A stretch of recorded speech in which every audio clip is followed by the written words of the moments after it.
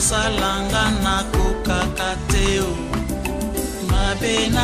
Bote mingi na bandeko msanganda emission na kombo ya Prophète Esprit Nzambe apambola bino kimia na Nzambe za na bino mukolo malamu tongo ela molisusu pour bandeko msanganda na télévision ou des TV. Vraiment Nzambe apambola bino na internet uzanda biso partout ce que vous allez msanganda émission oyo na Facebook na Google na YouTube. Nzambe apambola yo toke ko pesa merci et pendant kolo yesu masia parce que azali mettre à temps paix à circonstance toke le ko remercier parce qu'à lobby que tout ce qui respire glorifie le nom de l'Éternel. To sambeli na kombo yesu masia. Éternel des armées tozo pesa merci pour na bola munayo na sélection na yo c'est clair que vous allez parmi bato bazo vivre na poko lelo na mama oyo lukuma sans les zonge pa na yo okuma ma o sans la manzambe to chenyo so bande ko bazana ba problème na beaucoup na yo bazo traverser ba moment difficile bazana ba maladie ko le sumasia beaucoup na itali sama na ndeko na hôpital ko le bande ko bazana ba prison banda sosika oyo maono itali sama bande ko bazana dépasser na ba problème difficile yo le biboye pananga na mikumba na bino teke to même mikumba so pa na yo pona ko bonzela yo yango ukumama au sens de ma colonna bankolo to sambeli boina kombo yesu masia amen. Le loto ko beli kambo itali le divorce que dit la Bible. Divorce Bible zolobani. Divorce que dit la Bible. Tali kambo itali divorce ezali kambo mutu ya makasi to ko tambola ko tesa bana nzambe dingo to besana ko tambola ko tesa nzambe na kati ya Biblia parce que Biblia c'est la lumière du monde. C'est la Bible qui est la lumière. Na kati ya Biblia parole de Dieu ko sunga biso to comprendre vraiment divorce c'est ce qui est ça. Bible zolobani pendant kambo itali divorce. Tout on parle Bible et Zolobani donc en bouteille divorce. Les ali thème moko vraiment intéressant et le comment ça va dans Nzambe qui tout comprendre le comment avant tout comprendre makambo nyonso photo zonga pas dans Nzambe pour Nzambe dia zali lumière et sur le but je suis la lumière du monde ça veut dire Jésus-Christ est la lumière du monde c'est la parole de Dieu et quand vous lisez la parole vous comprenez maintenant malina zo fungwama bandi comment na clair makambo bana koyeba ti oye koyeba yango yango le but je suis la lumière du monde. Yesu Arabi, je suis le chemin. Azali nzela tokolanda. Alors c'est quel chemin? C'est la parole. Nezali nzela otokolanda. Alors batebele baza bakangami balingi bazo liberté. Yesu Arabi, vous connaîtrez la vérité et la vérité vous affranchira. C'est normal que ceux qui toyebi vérité tokoza na maele pona kolonga bitumba ebele songolo pakana bo moina biso. Le divorce dans la Bible, dans l'Ancien Testament, dans la loi de Moïse, le divorce est permis par quelques lois. Il y a Moïse, la plupart des lois dans la Bible, et pendant qu'on permettre le divorce, c'est qui est prévu dans le cas mariage. Ce que vous avez dans le Deutéronome, chapitre 24, à partir du verset 1 jusqu'au verset 4, comment Moïse a pendant qu'on permettre dans Nzambe, dans Bandimi, bakoki ko divorcer et ce qui occasion ezali abiso ko mutalingi mwasi na été lisusu akoki ko sala lettre à divorce ezaki prévu na kati ya loi mais tant que ça ekoya ba chef religieux juif ba eko poser ba question pour savoir comment bakoko ba c'est quand le divorce et Jésus-Christ na réponse na a prouvé que non ce n'est pas bon divorce ça malamté et alors bien on pambaté a pris ba preuve. Vous savez que bino pourquoi on va faire yango parce que bon tu mais Moïse alba to sala yango bino Moïse sala yango parce que vous avez imité mama kasi ba incrédule c'est pourquoi Moïse a permis ki yango mais pour le moment nous avons que divorce et zali na volonté nzambete pe nzambalinga yango te alors c'est qui pense mais tout qui na bino malembe total langage le grand maître notre maître c'est Jésus-Christ celui qui est le grand maître total Yesu Masia a le binini makambo itali divorce c'est dans le livre de Matthieu chapitre 19 à partir du verset 3 tout qui est molo et bien mettant dans le verset 3 jusqu'au verset 6 tant ka nyonso jusqu'au verset 7 c'est important pour que le que tous on la zongela et batangeli biso na kombo na Yesu Masia. Matthieu chapitre 19 verset 3 à 7, nous lisons au nom de Jésus-Christ. Les pharisiens l'abordèrent et dirent, pour l'éprouver, est-il permis à un homme de répudier sa femme pour un motif quelconque? 4. Il répondit, n'avez-vous pas lu que le Créateur au commencement fit l'homme et la femme, et qu'il dit, c'est pourquoi l'homme quittera son père et sa mère et s'attachera à sa femme, et les deux deviendront une seule chair. Ainsi, ils ne sont plus deux, mais ils sont une seule chair. Que l'homme donc ne sépare pas ce que Dieu a joint. 7. Pourquoi donc lui dirent-ils, Moïse a-t-il prescrit de donner à la femme une lettre de divorce et de la répudier? 8. Il leur répondit, c'est à cause de la dureté de votre cœur que Moïse vous a permis de répudier vos femmes. Au commencement, il n'en était pas ainsi. Alors, verset 9. 9. Mais je vous dis que celui qui répudie sa femme, sauf pour infidélité, et qui en épouse un autre, commet un adultère. Oui, tu comprends comment Jésus-Christ, notre Dieu, le grand maître, a expliqué que le divorce, tout le monde sur le bi. Les pharisiens ont posé des questions, ce sont des chefs religieux juifs, ils ont posé des questions par Jésus-Christ pour savoir comment, pour l'éprouver. Il est-il permis à un homme de répudier sa femme? Il a répondu, n'avez-vous pas lu que le caractère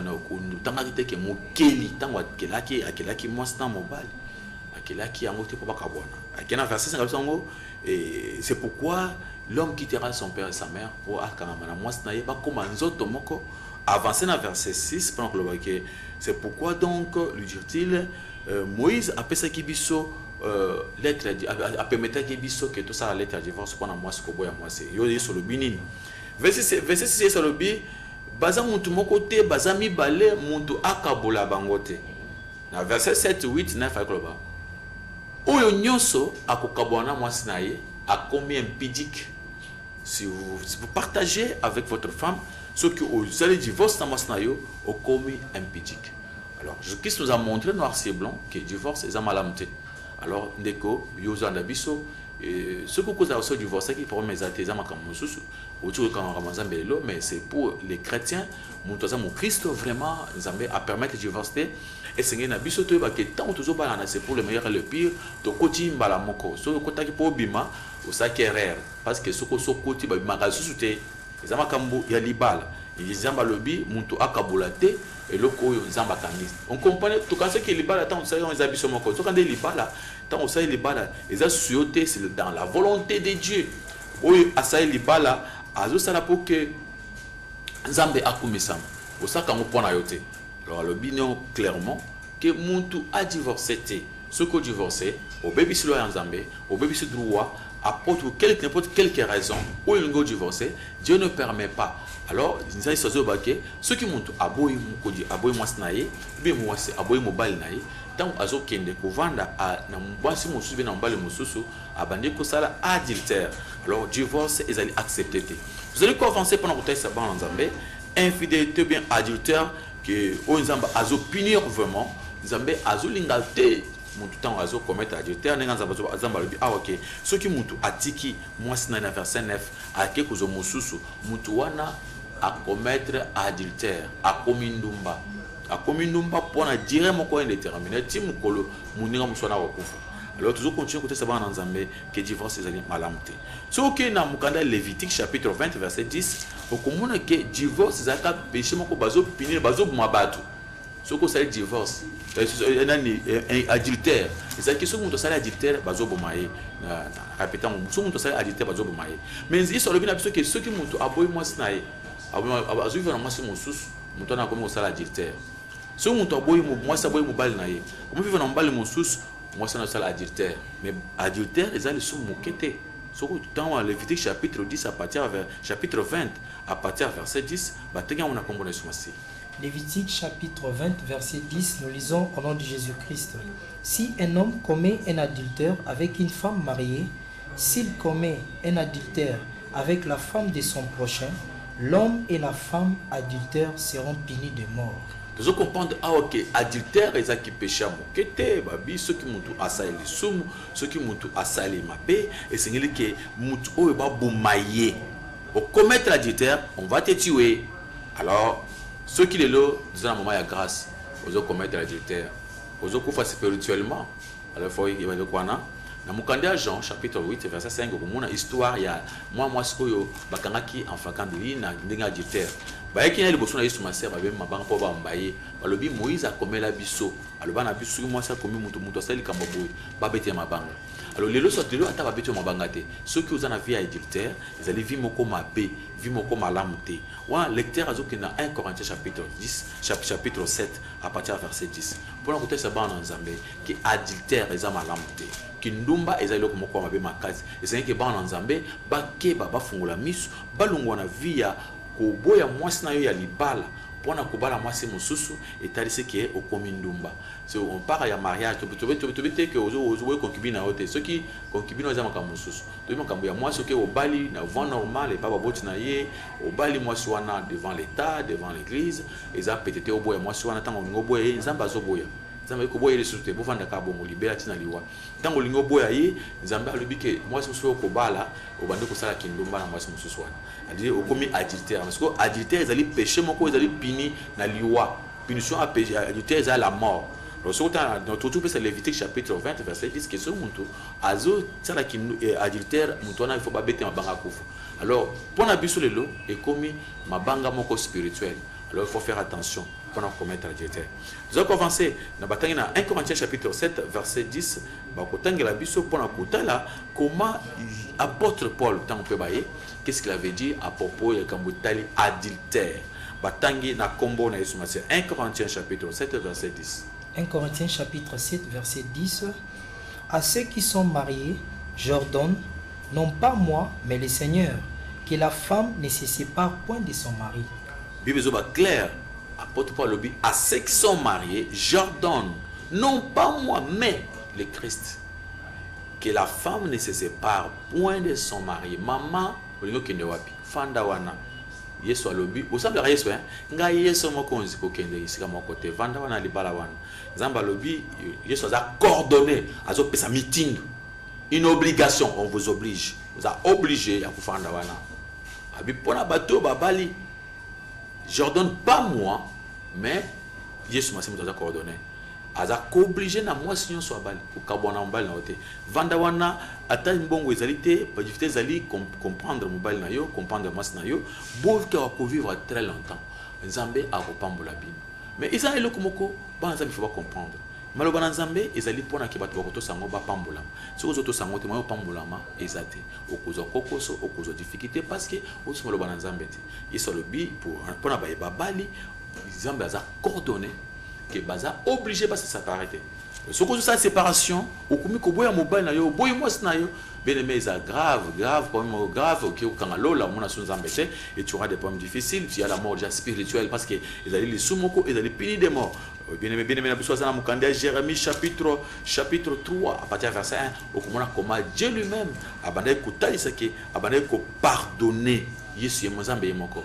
Amuna kabiso za lokola moi c'est Yesu mais yezamba accompagner na biso ne pas na faute na biso salaka ata ba kindumba na biso zamba accompagner na biso. Il y a des gens aujourd'hui bazo continuer ko divorcer pas na ba motif moko ils allaient valable te. Oh non moi ça c'est kindumba est-ce que kanga qui est oui te ba yebisa kinga wana zaba motifité motif vraiment le ba que kanga qui est ozana preuve même si kanga ozana preuve nzambe pesa kanga ona preuve mais atika yo kaka alimbisa yo biso tous zali bandumba et position nzambe nzambe amuna comment tout ko se prostituer par-ci par-là mais dans on pas dans nzambe nzambe azoka biso mawa mais na volonté nzambe ezate ke muntu akabana mwasi na ye nzambe sana pesa ke muntu atika na mwasi pour toujours jusqu'à la mort mwasi akabana mobile na été alors ceux qui ozoka bana mobile na yo ata ozoke ndeko sambela le sambo no za sambo lokota ezana tina pas dans nzambe te bakena Jérémie chapitre 3 verset 1 batangi na kombo na sumasi. Jérémie chapitre 3 verset 1 nous lisons au nom de Jésus-Christ. Il dit: lorsqu'un homme répudie sa femme, qu'elle le quitte et devient la femme d'un autre, cet homme retourne-t-il encore vers elle? Les pays même ne seraient-ils pas souillés? Et toi, tu t'es prostitué à de nombreux amants, et tu reviendrais à moi, dit l'Éternel. Zabazo ba clair. Atana mokilo yo, bino ba mokilo boza ceux qui moi ça c'est qui moi ça alongwe pa na yo. Ouais ko tu moko bengani ye. Aki akwena mbali mosusu. Mais soko azonyo olinga ozolinga Yesu te. Mais nzamba mengai nzambe na bino. Bino bozo kende bozo se positionner na banzete na babiloko nyonso, bonyoso na bike comme tant bozo ala yamba bino. On voit que notre Dieu est tellement bon parce qu'il est tellement bon. Hier azana pardon même pour na bato bazo se prostituer. Alors moi si biso passer en nzambe tant to se prostituer ka, tozonga ka nzamba azo yamba biso kaka. Alors, c'est pourquoi Nzamba ko permettre biso peto kabwana basi na biso te. Kabwana mobile na yote. Nzamba lingi bo vanda, boye ba kolimbisa ma bo vanda na libala wana. Yango Nzambe azoba lelo il y a beaucoup de gens au makambo zo simbate. Rien ne marche, papa pasteur, toke ko skota toke na campagne, toke ndeboy. Mais ceux qui atali malam, ils ali infidélité azo commettre dans couple, adultère ou azo sale. Parce que tant qu'on parle divorce, ils a divorce monsieur salama, papa maman bazakanda ko moko me ba divorce kala lokola bino. Boza beaucoup, vous venez à quoi. Mais papa ça divorce, papa comment il y a un repère c'est mon pas maman. Mais maman ça quand mais divorce c'est ça là déjà kala. Pourquoi? Parce que maman, on va pas jouer en andako. C'est pour donner l'argent pour la banque. Mais moi, si mon sous pembe, il y a ça à 16 mois, si mon sous. À boire qui ça, moi, c'est boulenge. Quand on parle de divorce, tout le monde a quand moi, son liboswana, oyo balaki. Zamba lingite goza au pata patate. C'est ça la parole de Dieu. Au moins, nous allons passer en azou makamakast. Non, c'est ça la vérité. Il faut y baquer. Yo soko respecter moi, c'est naote, respecter mon bal naote, on zamba pesio banda boulenge. Ozo boyaye, ce n'est pas bien. Au sal alliance, na moi, sur les bossos salana alliance. Au sal alliance, na mobile, les bossos salana alliance. Alors ce que vous avez après vous avez la Bible ya pamba ou la Bible ya pamba ils en atinate. Alors batanga biso na mukande ya Malachi chapitre 2 batanga faut bien me banda on à partir verset 14 jusqu'à verset 16. Malachi chapitre 2 verset 14 à 16 nous lisons au nom de Jésus-Christ. Et vous dites pourquoi? Parce que l'Éternel a été témoin entre toi et la femme de ta jeunesse à laquelle tu es infidèle. Bien qu'elle soit ta compagne et la femme de ton alliance, nul n'a fait cela avec un reste de bon sens. Un seul l'a fait, et pourquoi? Parce qu'il cherchait la postérité que Dieu lui avait promise. Prenez donc garde en votre esprit et qu'aucun ne soit infidèle à la femme de sa jeunesse. Car j'ai hais la répudiation, dit l'Éternel, le Dieu d'Israël, et celui qui couvre de violence son vêtement, dit l'Éternel des armées, prenez donc garde en votre esprit et ne soyez pas infidèles. Ne soyez pas infidèles. Il y a des papas infidèles, il y a des mamans, parce que comment l'infidélité n'a sens qui est même nanda, comme moi c'est nanda, comment étiquette nanda, un papa. Au bout de sa maman, Zamba le bison la moisson akal. Alors vraiment tu auras des pommes très graves avec Dieu et makamoko marche bien té Zamba le tu as des pommes avec lui et yo surtout un problème ni abino au bout de sa moisson akala. Pourquoi bout qui zongela moisson akala yo kana zala fidèle la moisson akala maman au papa au sotika au sozo mwana musu pembe na coin aux alliés infidèles au la divorce ozo kata ozo kabolelo ko nzamba le nzamba bi moi nzamba ba zala eloko moko bakangama siko yo tika moisson ndako okoma ko makote mosusu zonga ndako zonga pa na ndako zongela mama na ndako bongisa moisson na yo bien aimé botika ko sala makambo oyo zali ko sepesa nzambe te mais en même temps bozo continuer ko bondela ko soutenir musala na sambela soutenir musala mais oui musala nous soutenir. Il faut d'abord comprendre que la Bible c'est la lumière du monde. Mutu nyonso nzamba lobi papa nyonso azongela mwasi na yakala. Zongela mwasi na yakala. Ceux qui ont divorcé kende pour se réconcilier c'est facile. Ben lo kisaye isika azali atasuka zambali mususu bengana mbali wana yonde mbali na ye. Récupérer mwasi na yo zongisa na ndako. Alors mususu ozana ndako otika ye okipaka susu yete yo komika soko bimi okekokota basi mususu zongi na ndako za fatigué na ndako kuna wana za fatigué makasi wana mukongo kufa. Mais soko zali banda oza normal. Hein, il faut faire attention, tu auras des problèmes très graves. Aux autres commettre adultère. Zambalobi, bateau soit ça l'adultère, bakumuna nzambete, bakende d'enfer, Zambalobi bakulimbi ça va adultère te. Adultère bakozo des problèmes difficiles. Divorce et aliku tikala toujours adultère pendant toute la vie à montu. Voilà on a prouvé yo, ce que ça divorce toute la vie tikala adultère. Bien aimé ça na mukande à Matthieu 19 verset 9 parce que ce que divorce na mwasi na yo kubala mususute. Ceux qui ont divorcé dans le Kobala Moussouté Vandaka Bongo. Alors, ceux qui ont divorcé au Bali Moussou ont commis adultère jusqu'à la mort, il y a un sur Elboso. Alors, photo Keba, ils ont Kamamukete, de Kena Mukanda Maché 19, Batanga partir verset 9, au Komona, comment Jésus-Christ a dit que divorce, ils ont dit ma bé ma casse, ceux qui ont divorcé au Bali Moussou ont commis un pitique, Batanga na Komone Soumasi. Matthieu 19, verset 9, nous lisons au nom de Jésus-Christ. Mais je vous dis, que celui qui répudie sa femme, sauf pour infidélité, et qui en épouse un autre, commet un adultère. C'est clair. Ce que vous voyez, ou bali mususu, sauf pour la cause d'infidélité. Pour l'infidélité, tu peux refuser ta femme pour l'infidélité, comme tu ne peux pas. Mais Zamba Ligno Limbisaye. C'est ça. Mais à boy quoi ça il que oh boy il point infidélité non. Là Jésus-Christ s'est réservé. Abi so ngo boy moi son point ce que ça supposé la cause infidélité té. Ce ko bali mususu et combien pidik. Au combien pidik yo combien adultère. Alors il sanga papa moi ça boy quoi ni. Vous avez raison pour moi ça. Vous avez raison té. Vous avez na mobile. Vous avez raison té. Oh kindok ils ont raison té. Oh muibi ils ont raison té. Par le but raison awa. Abi sauf cause infidélité. Mais même pour les causes d'infidélité, pour les gens peut-être parce que comme Moussira le kola motema nzambe balimbisa. Alors au comment tout nzambe yemo ko tukule miso na Jérémie 33 chapitre 1 chapitre 3 verset 1 le but nzamba balimbisi biso na kindoma na biso. Pourquoi toi tu ne veux pas pardonner? Alors tout autant awa c'est pour comprendre en gros tout qu'est-ce qu'on kanda Marc bolobi lango mingi. Marc chapitre 10 verset 9 à 12 bazolo belikam oyo pour monter ça ba nzambe ke est très dangereux ko boya mwasi na yo ezali mabe makasi ko boya mwasi na yo. Alors, dans Marc chapitre 12, Marc chapitre 10, à partir verset 9 jusqu'à verset 12. Bon, quand il a vu ça, comment vraiment ce n'est pas bon que moi et comme le problème difficile pour avoir la vie éternelle, papa, chance maman, au costoka na mukolo, mule no comme mula no, batikala, no azuki sama kambazo cholaye.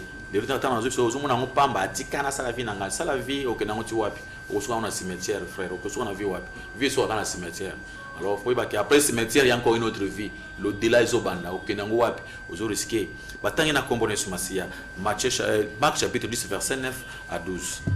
Marc chapitre 10 verset 9 à 12 nous lisons au nom de Jésus-Christ. Amen. Que l'homme donc ne sépare pas ce que Dieu a joint. Lorsqu'ils furent dans la maison, les disciples l'interrogèrent encore là-dessus. Il leur dit, celui qui répudie sa femme et qui en épouse un autre commet un adultère à son égard. Et si une femme quitte son mari et en épouse un autre, elle commet un adultère. Combo yes mais c'est tellement que makambo ibanda ko choquer ba disciples mingi bazo comprendre en te bazo pesa un souci à maître wana makambo za makasi banye ba komi na ndako bani se poser question ka point le kambo wana yo ka se bani poser mais maître tu faut yebisa le biso sur makambo tout na clarté ba poser sur ba question ba ben ko interroger sur page Jésus-Christ pour pesa ba ko poser bituna yeso pesa une réponse dans mon verset 11 abi Jésus leur dit abi où akobo ya mwasi na ye pe akobala mwasi mosusu abandi ko commettre kindomba abi mwasi pe oyo akubala mubana akubala mubali kindomba babi pe muntu oyo pe akubala mwasi oyo basi batiki ba uchi kutika pa mbaba to swazaka obisima sabatu manque respect aboyo ngana bala yo pe okoma ndomba nzamba lobi obala mwasi abatu bachi kuboye ka deux jours boyo ke obala ye au salaire erreur grave nzamba lobi okumpe ndomba jusqu'à la mort. Alors ça ce n'est pas moi, c'est la parole de Dieu. Babi une femme moi si ako quitter moi si au hasard marié akeko bala aboyi libana akeko bala mbali mosusu mbali wana balié a comme ndumba zo moi sabatu yepe moi sona azali ndumba moi sabatu asala ki ndumba. Voilà ce que la Bible est en train de dire. Moi que ce n'est pas facile mon frère. Alors il faut pas divorcer avec ta femme. Il faut pas être égoïste pendant que divorcer parce que tu auras des problèmes avec le Dieu tout puissant. Luc chapitre 18 verset chapitre 16 verset 18 au comment on a commencé à battre ces biso. Zamba zo boya vraiment abi muntu nyoso ko boya masa bali masa mususu. Elle va avoir des problèmes. Ou bien moi son point. Raison aucune de qui a raison. On a moni ndoto raison. Surtout ba Christo.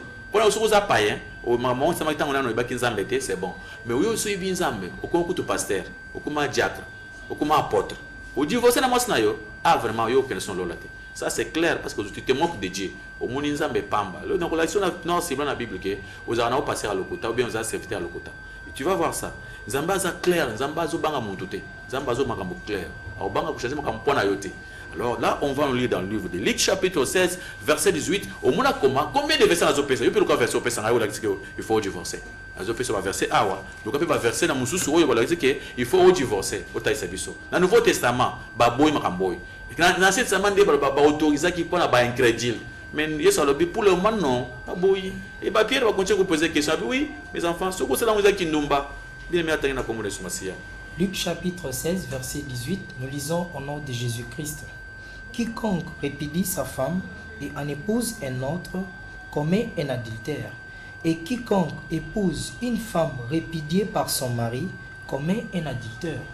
Alors, le répéter c'est combien de versets dans le Pesayo? C'est que boy moi snayo, que voilà moi c'est mon soso comme ndumba ndumba ya bukete obi kindumba ya keseni kindumba mususu ya impiste bana mike bazo ça peut ba black na bango ça va mais oh écoute ba ya adultère c'est grave fa ba bête na Bible il faut ba bête ma banga okufu a dit tu es mort spirituellement déjà mort adultère c'est grave on a le kola kindumba ya simpleté hein o moni adultère va comprendre le tchelo va zananzela va comprendre à cause c'est ngaboli bisi facilement mais que yote yo mutu zana mwasi na ndako mobali na ndako sala makambo wana c'est très grave pour na yo moni bazo ba impiste mo kuso za simple na mususu ya adultère wana za grave ezali grandeur suka lisumu ya impiste ndi adultère c'est-à-dire ce que yo oboy mwasi na yo obala mwasi mususu comme adultère zongi soma sona na ndako kendo ça la réconciliation sinon tu auras des problèmes très graves ça va être compliqué ça va comprendre le thé alors tout ça qu'on avancer pour nous c'est pas Nzambé que ce n'est pas nous il faut pas se fâcher contre nous parce que nous disons la vérité c'est la vérité toujours tant la vérité pas comme na muka yo peso mukana otanga 1 Corinthiens chapitre 7 verset 10 autant la biso à partir verset 10 jusqu'à verset abosa na muke tu kumona comment il y a de bonnes choses banda verset 10 11 12 batanga na kombo le somasi 1 Corinthiens chapitre 7 10 11 12 nous lisons au nom de Jésus-Christ à ceux qui sont mariés j'ordonne non pas moi mais le Seigneur, que la femme ne se sépare point de son mari. Si elle est séparée, qu'elle demeure sans se marier ou qu'elle se réconcilie avec son mari, et que le mari ne répudie point sa femme. Aux autres, ce n'est pas le Seigneur, c'est moi qui dis, si un frère a une femme non croyante et qu'elle consente à habiter avec lui, qu'il ne la répudie point. Et si une femme a un mari non croyant et qu'il consent à habiter avec elle, qu'elle ne répudie point son mari, car le mari non croyant est sanctifié par la femme et la femme non croyante est sanctifiée par le mari. Autrement, vos enfants seraient impurs, tandis que maintenant, ils sont saints. Dieu soit loué. Vous avez une très bonne chose. Moi, c'est la parole de Dieu, ce n'est pas ma parole. Je suis qu'un simple serviteur en train de lire la parole de Dieu. Mon frère, ma soeur, Moussa Lanzambé, maman prophète, maman prophétesse, maman apôtre. Au divorce, combien de fois, maman? Ils sont encore moi, c'est au divorce, les sous. Ma péki, ça, moi, c'est au divorce. Au divorce, combien de fois? Un papa. Ils ont pas péki, ça va pas au divorcer. Yo, comme quand miracle, pas pour les divorcer. Mais comment tu vas marcher avec quel Dieu? Il y a plusieurs dieux. Hein? Le livre de Matthieu, chapitre 5. Matthieu 24, verset 5, le dit, plusieurs s'élèveront sous mon nom, disant c'est moi qui suis le Christ. Alors, tu vas s'élever dans combo na Jésus-Christ, c'est moi le Christ. Il y a plutôt Paris, les polygames pasteurs, les impudiques pasteurs, tout le monde, comme quand prophétesse, en train de faire tout ce ça. C'est pourquoi? Parce qu'ils n'ont pas Dieu, ils ont d'autres Jésus. Il s'élèvera plusieurs Christ, faux Christ s'élèveront. Je ne sais pas si toi tu sers quel Jésus-Christ, parce que tu peux dire au nom de Jésus, mais quel Jésus? Il y a beaucoup de Jésus. Il y a beaucoup de Jésus. Tu ne sais pas quelle sorte de Jésus vous avez Jésus de Chine ou bien Jésus de la Chine, ou Jésus arabe, toujours battu. Il faut faire attention. Ou bien Jésus, mon dragon. Bien aimé, tout ça qu'on va se faire dans Zambé, ça Keba Abi, apôtre Abi, Paula, Oyo Babali, pas moi, mais l'éternel, n'a pas ça m'étinde, n'a combo en Zambé. Kokabana Masnaote. So Kabona est Kubala sauté. N'a pas le bien. Combien on a mukanda 1 Corinthiens chapitre 7 verset 7 verset 10 babi ko okabona mwasi na yo kobala sauter obale po ani kobala susu te se yo boy basi fanda mama okabona mbala na yo fanda libela kobala le susu te donc ce ko bali susu tu as un problème grave avec Dieu c'est-à-dire au commun impudique fanda ka pamba oboyi mwasi na yo wana fanda pamba abalobi pona ata mwasi ata mbala yo assemblée la ata mwasi assemblée ko boya yete zamba zo ba Koboya moi sauté au moins ça oui qui a raison après on a l'église na bisoté ba lobby a apôtre Paul a lobby ata moi ça na boy ko sambe na une église moko koboya yete ata mobile na yo ayaka na église au sambe la raté koboya yete un pasteur vous savez ça kasi mbana ça païen comme ça boya ye muni vous a fort pasteur autant mramote o ba combien o autant ka monter ba lobby a ke ba bible zo ba clair que ceux qui mobile na yo wana assemble la raté koboya yete ceux qui moi sont ensemble la raté kuboya yete nzamba bi au contraire bana pe ba purifier okomona peut-être la partie ya yo mbana pe ko yeba nzambe atanza ka muntu milango kuboya yete ozo raison wana te kasi mbala ngata païen kuboya yete ce n'est pas nous c'est la parole de Dieu parce que la personne concerne boya ye kasi aza frère na bisote donc boso balance ko ya kuboya nene nzamba bingi makambo wana Alors il faut faire attention. Au bout de moi, c'est nayo, bala sauter. Au bout de moi, nayo, bala sauter. Fanda libella bongo. Au niveau vanda bongo, ce n'est pas facile pour nous vendre bongo. Il faut attendre la mort. Liwande mouto ko séparer. Pour quelle raison parce que ce mouto boy moi c'est vanda bongo. Romains chapitre 7. Moi ce n'est pas moi qui parle, c'est la parole de Dieu. C'est un truc qui veut dire que la parole ici c'est la parole de Dieu. La vérité, la lumière du monde. Oui, le pasteur Richard, Dieu m'a envoyé dans ce monde pour qu'il ait montrer les chemins. Autant que ça va la Bible, va fan de la Bible, va vision ainsi que tu vois. Nous avons posé la vision ainsi que tu comme l'enlèvement. Nous avons posé la vision ainsi que nous allons apprendre qu'on a caca oh ils ont la Bible. Alors ils ont la vision ainsi que tu vois. Batangi mission Romains chapitre 7 verset 2 à 3. Au texte comment ça va se passer dans Zambé. Pourquoi pour quelle raison moi c'est où aboy mobile nae. Akobala mobile musote afin d'akaka ou bien à se réconcilier. Mobile où aboy moi nae. Abala musote bien à se réconcilier. Ce que bali le sous au commis impidique c'est la simple il y a adultère au lekina bachel bazaka nanzela bango bazako tout bien bango ba kota la facile de makamu mais yo aux en difficulté makasi bataille na kombo na sosi. Romains chapitre 7 verset 2 à 3 nous lisons au nom de Jésus-Christ. Ainsi une femme mariée est liée par la loi à son mari tant qu'il est vivant, mais si le mari meurt, elle est dégagée de la loi qui la lie à son mari. 3. Si donc du vivant de son mari, elle devient la femme d'un autre homme, elle sera appelée adultère. Mais si le mari meurt, elle est affranchie de la loi, de sorte qu'elle n'est point adultère en devenant la femme d'un autre. Bien aimé, aujourd'hui comment Zambé azota isango, Zambate siso makambo kiza. Normal, bi soki moi sina mbali bazana bomoy, bazalié. Ceux qui bobalanaki, bozan bomoy, bozalié jusqu'à la mort ya moko na bino. Voilà le divorce na bino. Hein papa, aux apôtres divorcés, c'est la moi ça na kufu, ko chai poisonté. Chai poisonté, tika mu kolna ye koka. Hein maman, ko chai mbali poisonté pour divorcer na été. Ce que me qui wana kutu c'est très dangereux. Bien mais le mukili ils apprennent bato le kamukili. Il y a déjà na kambo c'est sokona le mukili kolo. Alors faut faire attention. Babi sokyo lingo boya moi si le ba liwa na binde muto kusaka bino. En dehors ya liwa eloko kabola bino ezalité. Babi loi ezolo bake. Tant au besoin na bon moy, aussi bo banaki, vous alliez jusqu'à la mort. Mais ce que moi quoi koufi, on a beaucoup commis séparé. À ce moment-là, maman ko bana moi c'est mon sous. Cela veut dire quoi? Ce que yo moi c'est boka bonaki, pour na likambo songo le pakala, bo wela ki soki ndunda, soki mbongo, soki nini, soki o apesa ki apesa soki alamba ki biloko te. Ils a raison te. Ata ça qui numba bien aimé, ndé ba comprendre mo ke mais ça ka raison te. Ya ko prouver que Nzambe alingi to boya basi na bisote. Maman yo koboya mbala o maman ko sangi mbala ngasa na kindo maman parce que ça fait koboya été bondela makasi kindo mesila okobondela pana mbala na yo mama mbali yo yo moko mbasi so azara zoba o mbala azaki nemba otikiye mbali yo kozo awasa kindo mbate so so kozo wapi faut faire attention so mbala na yo batela mbala na yo na tike pana kindo il faut faire attention mais pour vous les femmes ce n'est pas bien avoir une femme impudique ce n'est pas bien moi si alibala o ça kindo mbanza même ko compliquer makasi nous allons avancer tout ça dans Nzambe na mukanda ya Matthieu chapitre 5. La parole de Dieu, la valeur de la parole de Dieu. Vous comprenez que la parole de Dieu est en valeur moussous. Matthieu chapitre 5, verset 18. Pour comprendre que celui qui va blaguer avec cette parole, il y aura des pommes très graves. S'il ne faut pas blaguer avec cette parole, si vous blaguez avec la parole de Dieu, vous aurez des problèmes difficiles. Et il y aura des complications dans votre vie. Alors il ne faut pas blaguer avec la parole de Dieu. La parole de Dieu, dans Matthieu chapitre 5, à partir du verset 18, Matthieu chapitre 5, verset 18, nous lisons au nom de Jésus-Christ.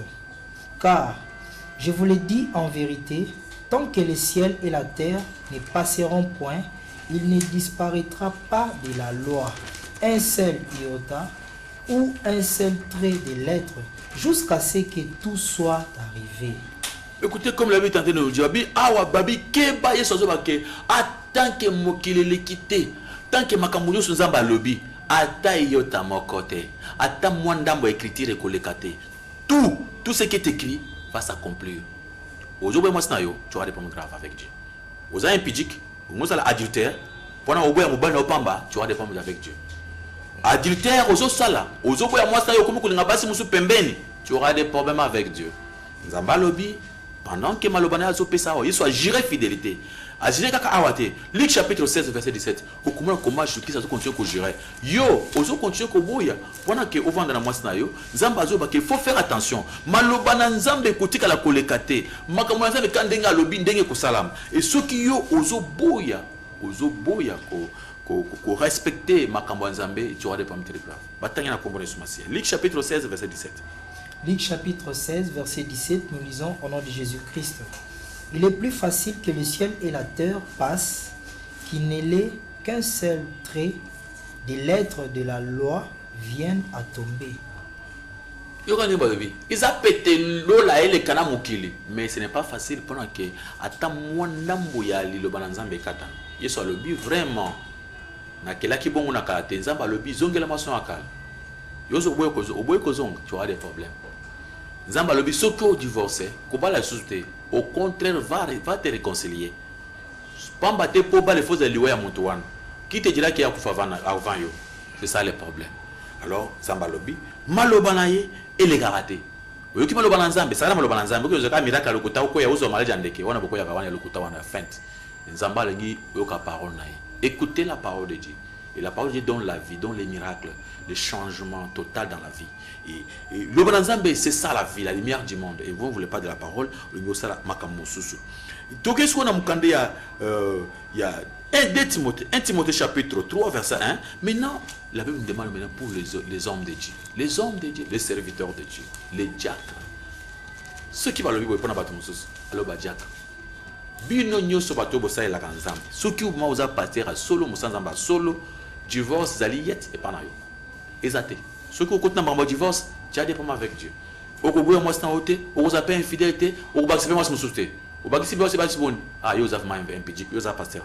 Batangi na kombona sumasia. 2 Timothée chapitre 3 verset 2. Batangi na kombona sumasia. 2 Timothée chapitre 3 verset 2. Nous lisons au nom de Jésus. 1 Timothée, je crois que c'est 1 Timothée. 1 Timothée, chapitre 3, verset 2. Oui. Nous lisons au nom de Jésus-Christ. Et enfin, que nous soyons délivrés des hommes méchants. Oui, est-ce que tout ça, c'est 2 Timothée, chapitre 3:2. 3:2. Chapitre 3, verset 2. Nous lisons au nom de Jésus-Christ. Ok. Car les hommes seront... Oh, est-ce que vous avez un Timothée bien aimé? Ok, Tite chapitre 2, verset 1, verset 6. Là, on parle de ce serviteur de Dieu. On tape 1 Timothée. 1 Timothée 3, 2 ou bien Timothée 2. Là, on parle de l'évêque. Il faut donc que l'évêque soit irréprochable, mari d'une seule femme, sobre, modéré, et dans sa conduite hospitalier, propre à l'enseignement. Celui qui divorce facilement n'est pas propre à l'enseignement, selon la parole de Dieu. Celui qui a divorcé, celui qui divorce, qui a la vie d'impudicité, qui a la vie de plusieurs femmes, n'est pas propre à l'enseignement. Pour être propre à l'enseignement, c'est-à-dire qu'il faut marcher selon la parole de Dieu. Yo osa déjà reprochable. Na basi belé, osa reprochable. Osa munjim. Si osa munjim osambela, osa na basi belé. Nzaba attaqué ote. Habitike oya ndenge osali na bason belé. Là, on parle pour les serviteurs de Dieu. Là, Dieu ne permet pas à un serviteur Dieu d'avoir 2 femmes. C'est même pas 2. Dieu ne permet pas. Alors, si on est dans l'Ancien Testament, autant Salomon, ce n'est pas gentil. Tant que la Bible, il y a un Nouveau Testament, tu compliques les choses. Là, il faut que tu sois même mytho.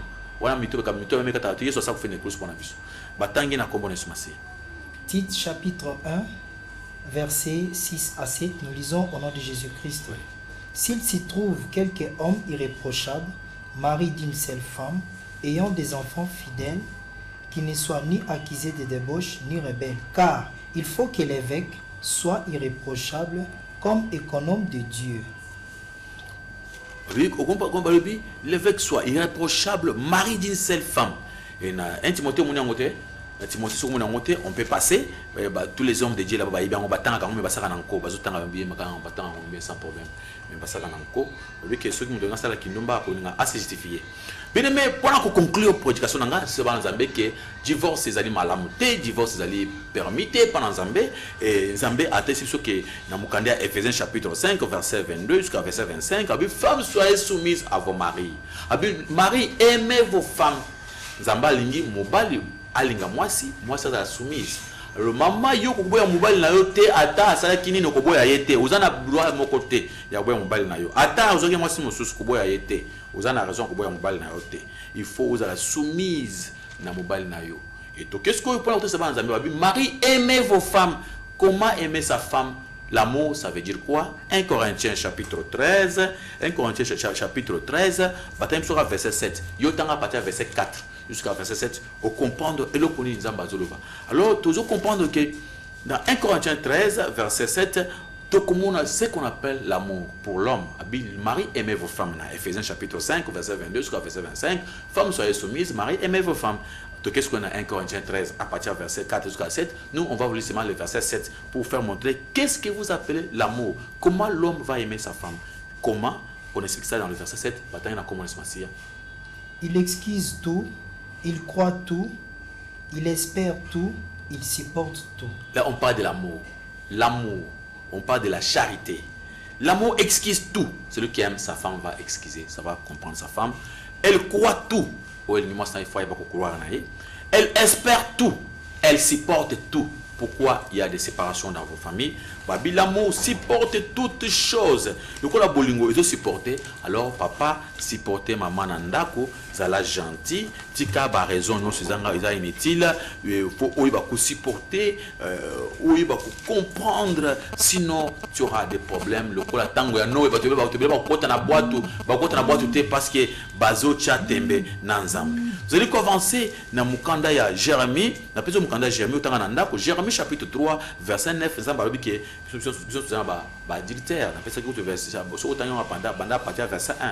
1 chapitre 3 que bino bosale implicité na mabende na mabaya nzamba limbisi bino. Alors pourquoi bino ko limbisa batuté? Alors essayez na bino doit prendre ko limbisa batu. Bien mais celui qui ne pardonne pas aura des problèmes très graves avec Dieu. Matthieu chapitre 6 verset 12. Matthieu chapitre 6 verset 12, verset 14 à 15 pour vous prouver que tu dois pas pardonner aux akamana ba raison est belé. Moi ça ça m'a bé na limbisa yete. Yo be ko limbisa hote, tu auras des problèmes graves avec Dieu. Batanga na kombo na Masia. Na limbisa mbali na ngate, maman peut ko limbisa te pas na nzambe. Au divorcer, aux égoïstes, tu auras des problèmes graves avec l'Éternel. Ko divorcer te, le cas mobile na bosso ko divorcer, le cas moi c'est bozongela pamba te vraiment lo le kangami. Batanga na kombo na Masia. Matthieu chapitre 6 verset 12, nous lisons au nom de Jésus-Christ. Pardonne-nous nos offenses, comme nous aussi nous pardonnons à ceux qui nous ont offensés. 13. Ne nous induis pas en tentation, mais délivre-nous du malin, car c'est à toi qu'appartient dans tous les siècles le règne. 14-15. 14-15. Oui. Si vous pardonnez aux hommes leurs offenses, votre Père céleste vous pardonnera aussi. Mais si vous ne pardonnez pas aux hommes, votre Père ne vous pardonnera pas non plus vos offenses. Si vous pardonnez aux hommes leurs offenses, d'abord dans la prière de notre Père, le Bible, pardonne-nous nos offenses comme nous aussi. Nous pardonnons ceux qui nous ont offensés. Ça, c'est dans la prière de notre Père. Oui, mais ça, on peut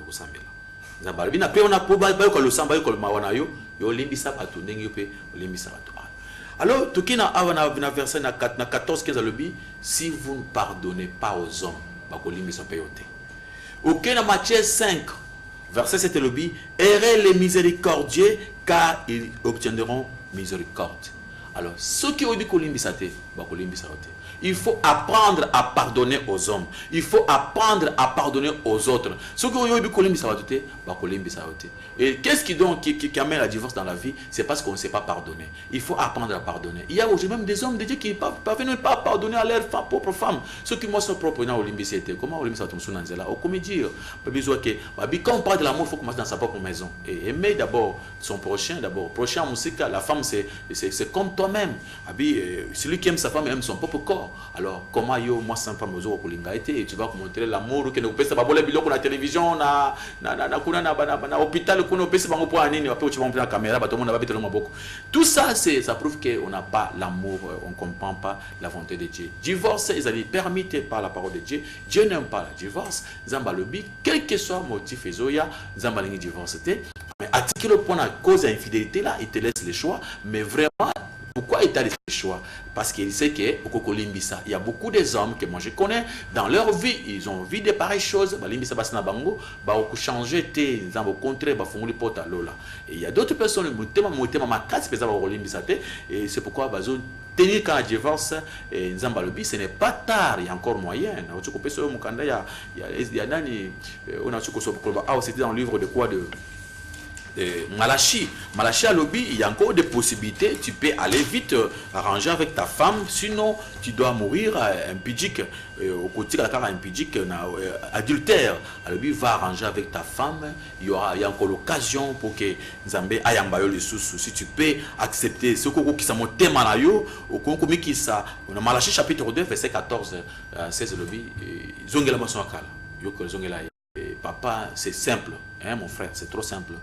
Lukamona mwaswana buzongele susu mama bana buzonga libana bino limbisa il est passé il est pas limbisa yo divorce c'est pas égoïste, c'est pourquoi tu as bana chèque dans cela makambo ezo simbate parce que divorce ça permis et pas nzambe zonga tika ko za égoïste zonga vraiment nzamba pambola bino bana poto surtout na Facebook bosse na pasteur chasse tout bien on a poto bulana mingi biloko bizela ba philistin eza kuna mingi là il faut suivre la Bible mes enfants ata ozana poto ezalo laté landa biblia ay comme na tambali na kingote poto ezalo laté lola ezalo kumususu alors na poto bato zo kufa souci tout monde bato zo bela tout ça lo yeba peke soko zo tous maloba nzambe te nzamba ko peut soit ta cancer mususu blues na tongo sto kinango alors faut pas faire souffrir ton mari parce que awa na poto soto sakani mbala sakani na kubenga na ndako te alors nzamba azana poussa que to mikitisa partout bozali bo mikitisa bosa ila nzambe apambola bino to ke na suka ya mission na biso na sengi bandeko na sengi bino bandaka la bokanisa passer Richard esika bozali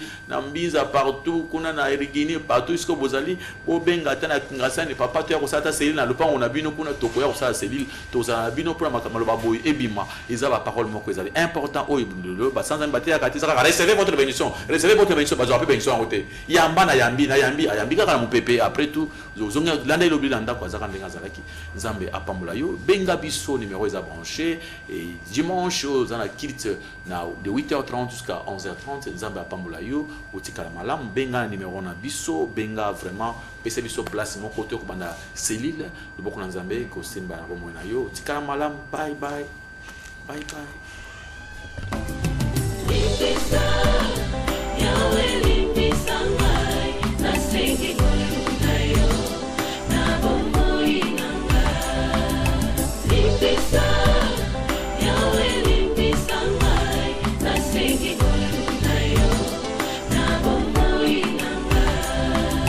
Malamu nalingi na salanga na kukakateo